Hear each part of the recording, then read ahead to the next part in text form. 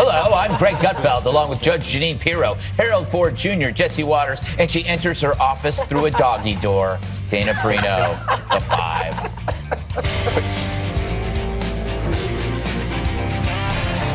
That cracked you up, Judge. The Biden White House has a brand new enemy when it comes to exposing the border crisis. And yeah, he's got better hair than Jesse.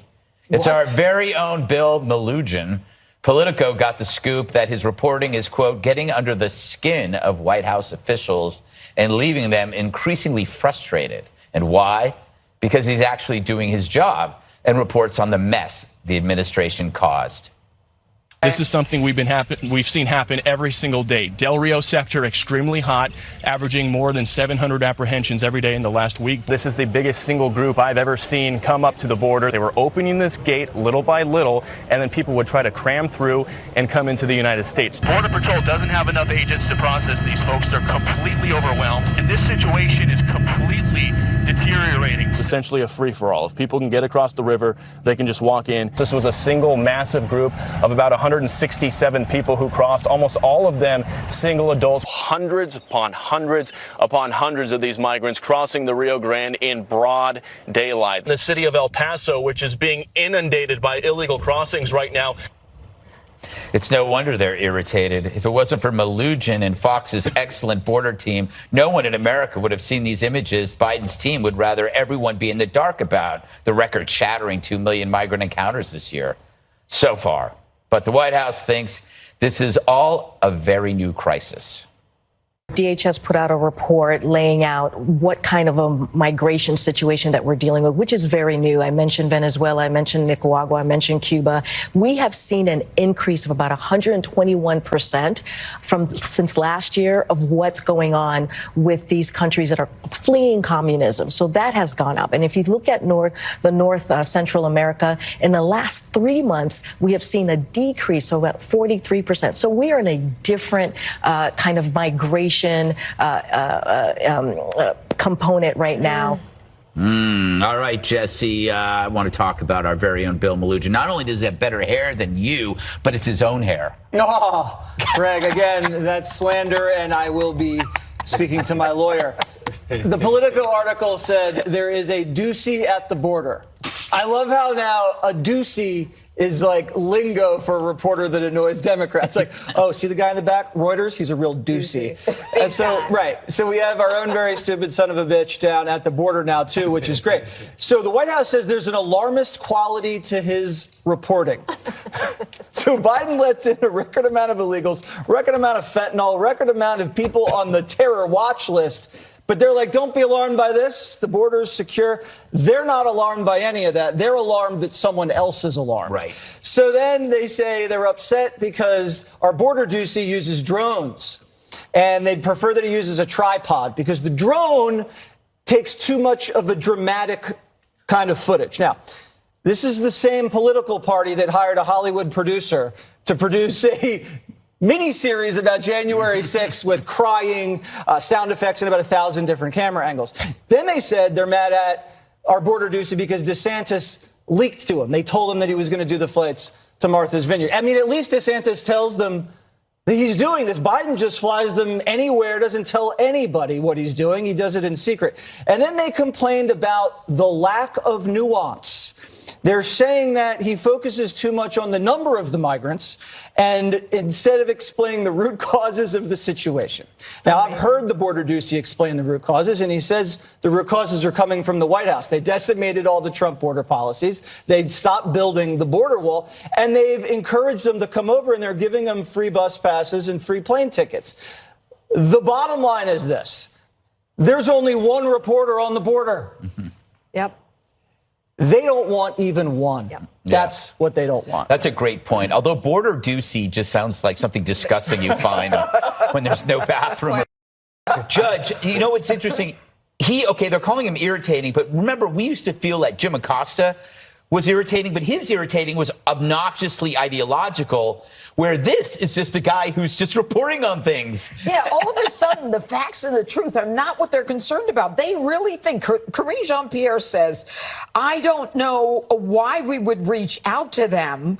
They don't want a solution. They're putting people's lives at risk. So now she's talking about people like Bill Mnuchin. He's not looking for a solution. He's just reporting the facts. Well, isn't that what Bill Mnuchin is supposed to do? And what's amazing is when Karine Jean-Pierre, she starts talking about the fact that this is all new. How is this new that we've got this 18 months? We've been watching these individuals from Cuba, Nicaragua, and Venezuela. And you know what's amazing?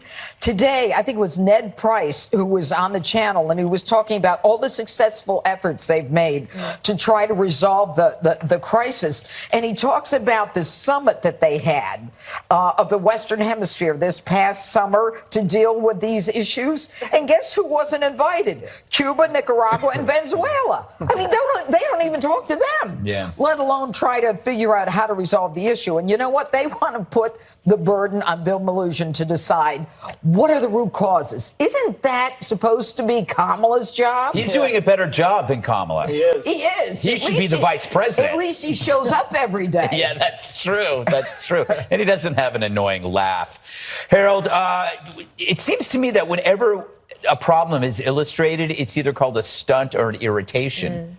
What do you think? Well, I think everything that's been said is right here. Bill Mnuchin should be applauded for what he's doing. You only criticize, and Dana has a much more informed perspective on this, but politicians who criticize the press should only be critical. It should say there's only credibility behind the criticism if you're saying you're not telling the whole story. There's a part of the story I'd like for you guys to uncover. Here's some additional information. There's no additional information here. We have a national security crisis at our border. I do wish that instead of directing anger at reporters, and every president has a reporter or a couple of reporters they don't like because oftentimes they're asking questions that are irritating. And if you would just answer the question, maybe the question would indeed go away. But we don't have a policy at our border, and we need one. It's a national security threat, and we ought to treat it as that. I've said before, I believe we should build a wall. I believe we should invest in that hemisphere. I believe we should have a streamlined asylum process to make it where everyone coming here doesn't believe they're going to get in just because they have a story that is horrifying and gut-wrenching. We need to have a transparent immigration system that spells out for every migrant or immigrant that comes here how you achieve legal citizenship. Think about the people who waited 5, 7, 10, 15 years to get in the country, did it legally. Watching this, it's an affront to them, it's an affront to the country, affront to our values, and there's no policy that anyone can articulate. Please don't criticize Bill Mnuchin. Get us a policy at the border. Yeah, it goes back to we love immigrants coming here because immigrants generally love the country more in times, but we also we don't like line crossing. You got to wait in line. We like hairlines too, apparently. We were talking about this in the break yesterday. It sounds like it's too unbelievable, but we were talking about how Venezuela was emptying their prisons. Yeah. Isn't this something that maybe our government should be looking into? Don't you think you want to check that out? I guess they're busy going to the school board meetings. Yeah, but what's the nuance, Yes. really? Like, don't we have some nuance? So this is a wonderful story. It's my favorite story, in addition to the migrants being bused. Because here's a little thing that happened.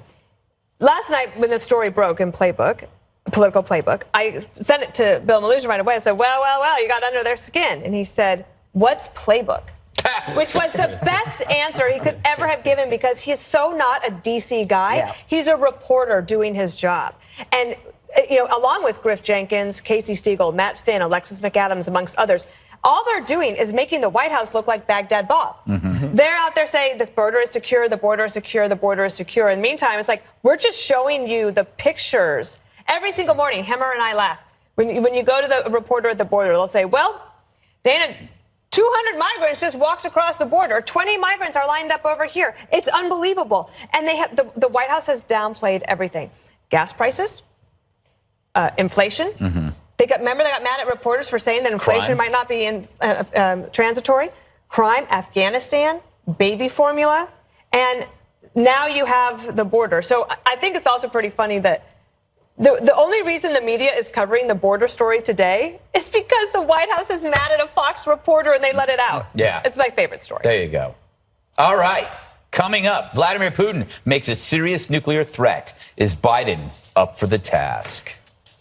Vladimir Putin making a chilling threat of nuclear war and trying to upstage President Biden's big speech to the United Nations. The Russian leader calling up hundreds of thousands of reservists to fight in Ukraine following frontline setbacks in the war there, while claiming he is not bluffing when it comes to his nuclear threats. Here's Biden hours later.